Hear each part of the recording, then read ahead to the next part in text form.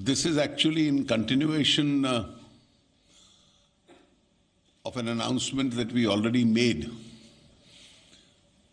in the month of October with regard to the recapitalization of the public sector banks. At that time, we had announced that the PSBs would be recapitalized to the extent of rupees 2,12,000 crores.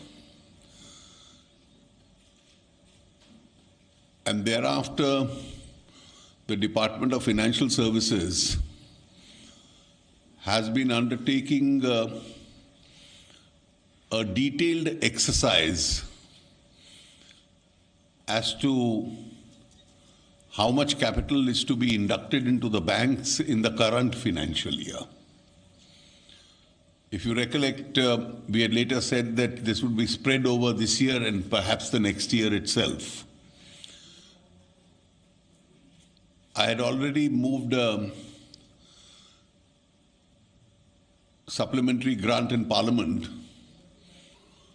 which gave you a clear indication of how much we were planning to induct into the banks this year itself. Now, the entire object of this exercise has been that the government has the prime responsibility of keeping the public sector banks in good health. We inherited a very major problem, and therefore we've been involved in finding a solution to that problem. The problem is of the past, and our role really is not only to find a solution but also to create an institutional mechanism to make sure that what happened in the past is not repeated itself. And therefore, as per the earlier announcement, the induction of the capital, the basis on which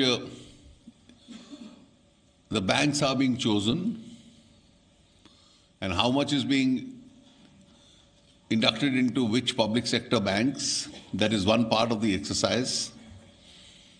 And the second part of the exercise is that the various steps to be taken in order to ensure that the governance of the banks follows the higher standards itself. The government has prepared a plan for this, and the Secretary, Department of Financial Services, Shri Rajiv Kumar, will give you a brief presentation. After this, if there are any questions, we'll be taking those questions from you. Thank you.